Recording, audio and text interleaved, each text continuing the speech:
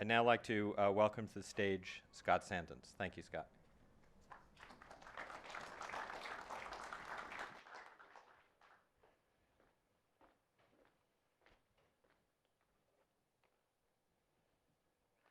Hello. All right, so why are we here today? We're worried about the direction that we're going in with technology. And I'd like to focus on three things. That technology has actually been problematic for decades, and it's because of a core problem, and that we actually can address that problem. So what's been going on? I think this is an important graph right here. If you look on the left, this is low skill, and on the right, you're at high skill. So decade after decade after decade, we've been creating more and more low-skill jobs at the expense of middle-skill jobs, and also even at the expense of high-skill jobs on the right. Compensation actually tracked with productivity until around 1973, and then completely broke away. Now, if you look closer at this, at earnings, men have actually now earning less than they were in 1973. Women have been making small gains. Now, if you break this apart by race, the income distribution is entirely segregated, and the black population is being completely left behind, and there's been no equalizing. If you break this down by age, the youngest, completely left behind. No growth. Seniors are doing the best. They're seeing the highest growth, largely because of Social Security being indexed to inflation.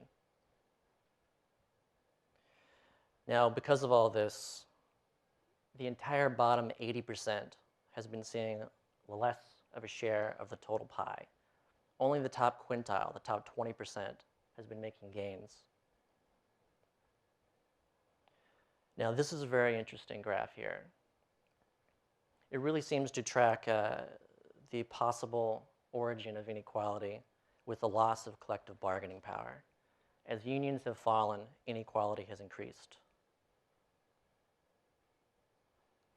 Now, a lot of people say that there's less to worry about with technology because prices are going down.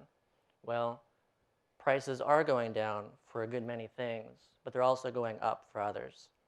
And if you look at the ones with the least amount of change, it's our most basic needs of food and housing.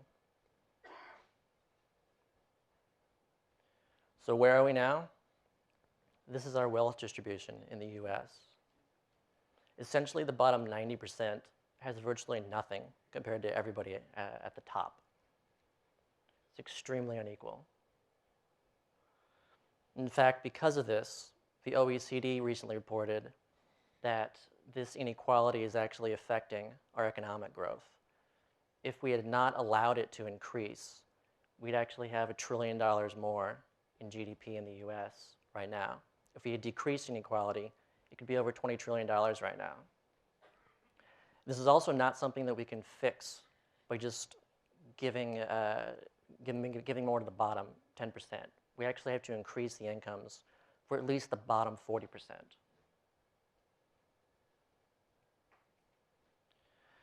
The way we work has been transformed.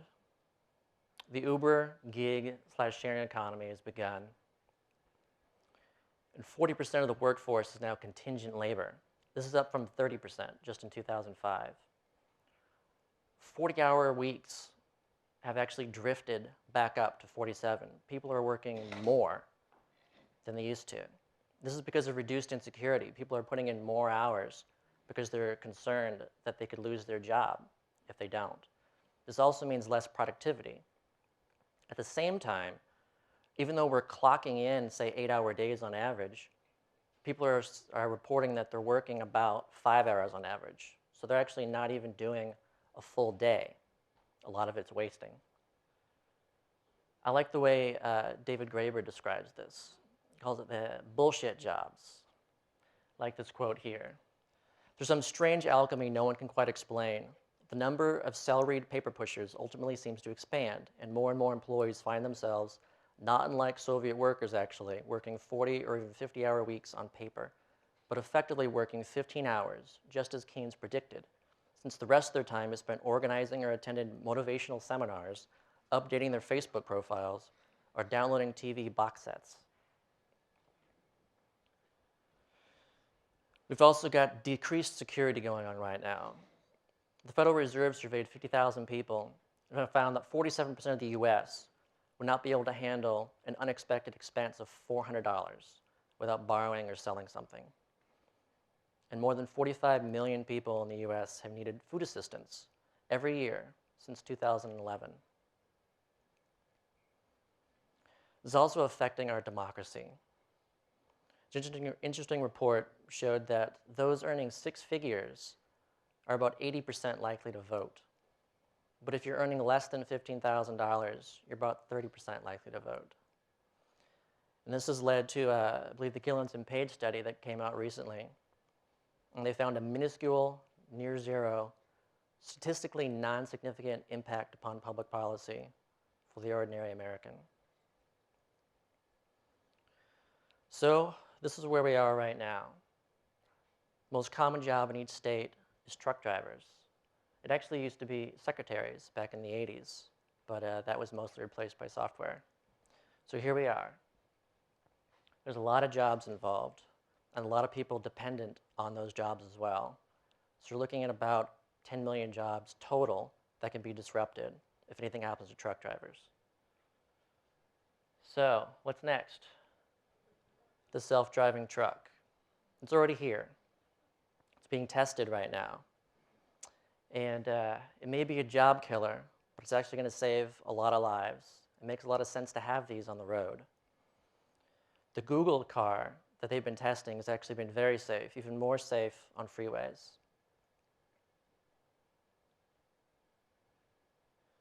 Now, a lot of estimates point towards a window centered around 2025, but I believe the roadblock is mostly politics and not technology. The head of a policy at Google X, when asked about when Google cars will take the roads, quote, "Whenever California passes its operational regulations. We're just waiting for that." And driverless trucks are actually already being deployed. The CFO of Suncor, who's using these in the oil sands in Canada, had this great quote. And you can see the reasoning for self-driving trucks as well. We'll take 800 people off our site. At an average salary of $200,000 per person, you can see the savings we're going to get from operations perspective. There's a lot of money involved in removing these wages and just keeping it. So what else is here? Deep learning algorithms have actually made some really impressive advances just in the last year.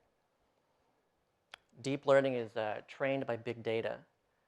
And just recently, a machine self-taught itself master-level chess in just 3 days. It's also learned to play Atari 2600 and was only using pixels and points. It can now caption photographs. It can outperform humans in IQ tests above a bachelor's degree level, below master's degree. And deep learning is actually even being applied to self-driving vehicles. Well, what else can we do? We've got a lot of food service workers, and we already have the technology to replace a lot of this. More recently, we've got hamburger machines. We've also got robotic chefs. They can just be programmed to duplicate what a chef does. Now, the companies now need a lot less labor. As you can see in this photograph, this is the Ford Motor Company. Thousands and thousands of people.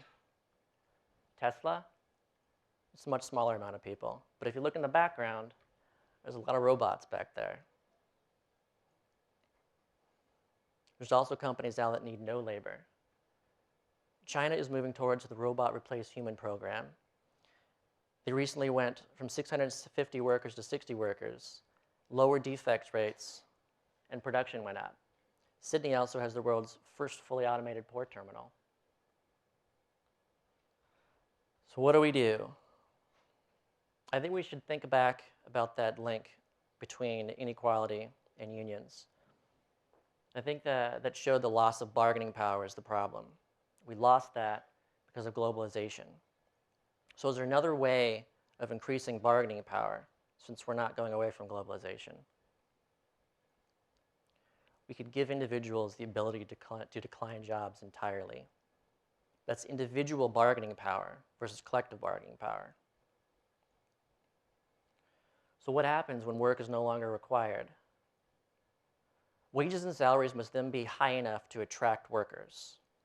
Where the required wage becomes too high, technology is welcome to take the job. There's less fear causing people to work 47 hours instead of 40 hours. There's no reason to fake your work and do 8 hours instead of 5. Jobs can adjust. You have the new ability to refuse those bullshit jobs. People don't want to do jobs that don't actually need to be done. And the thing about this is productivity goes up with every single one of those.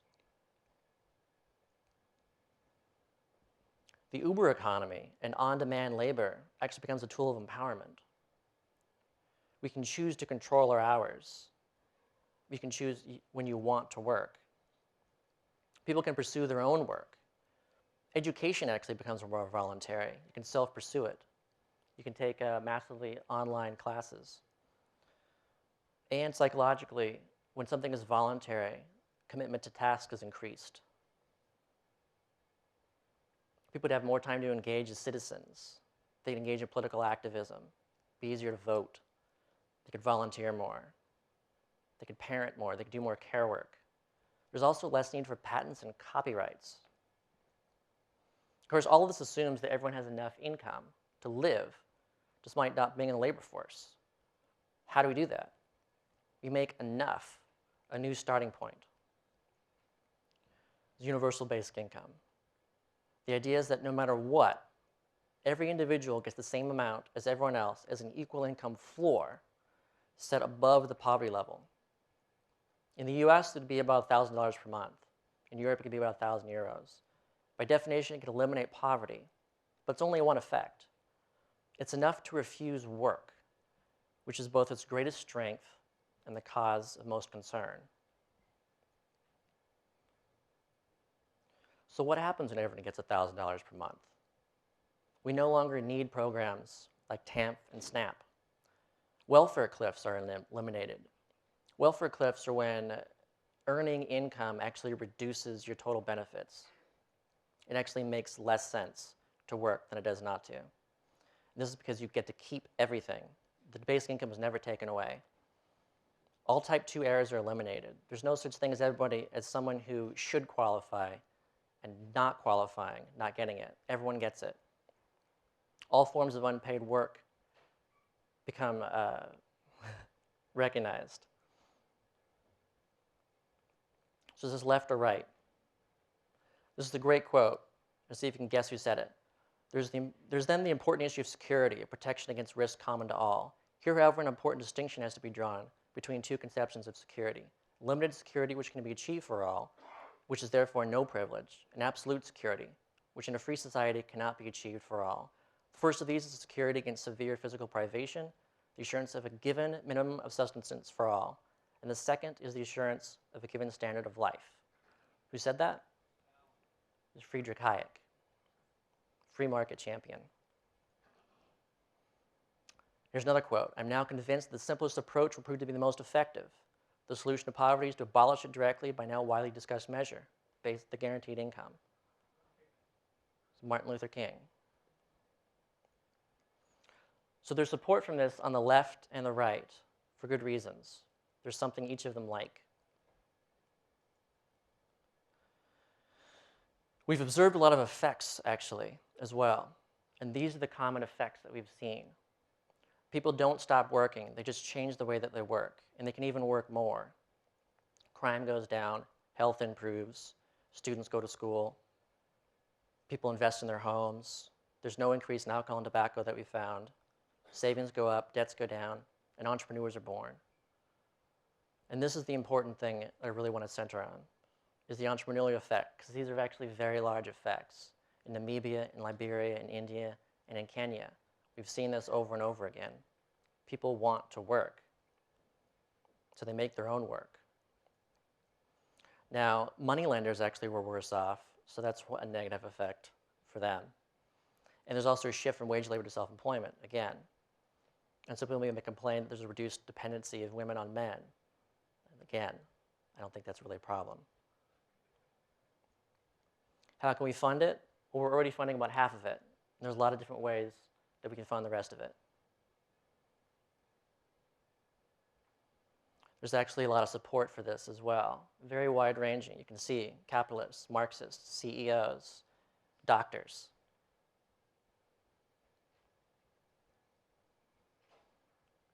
We might see it first in Switzerland. They're voting on it next year. There's experiments beginning in the Netherlands, in Finland. Canada is looking at this strongly. Brazil already passed a law, and Namibia is actually focusing on poverty. I see this as the New Deal coalition. No one can agree on anything, but this is something that people can agree on. It's not the only change we need to make, but it will have the widest range of effects. So technology has been making things worse instead of better for decades, and we ain't seen nothing yet. It's also not tech's fault, it's ours. We have stubbornly refused to fix the primary flaw in our system. The not working isn't really an option. So no one has any real bargaining power outside of unions. And no one has any consumer buying power outside of employment. By introducing universal basic income, we can correct that flaw and consequently welcome technology to work for us instead of against us, freeing us all to seek purpose over survival and abundance over scarcity. Thank you.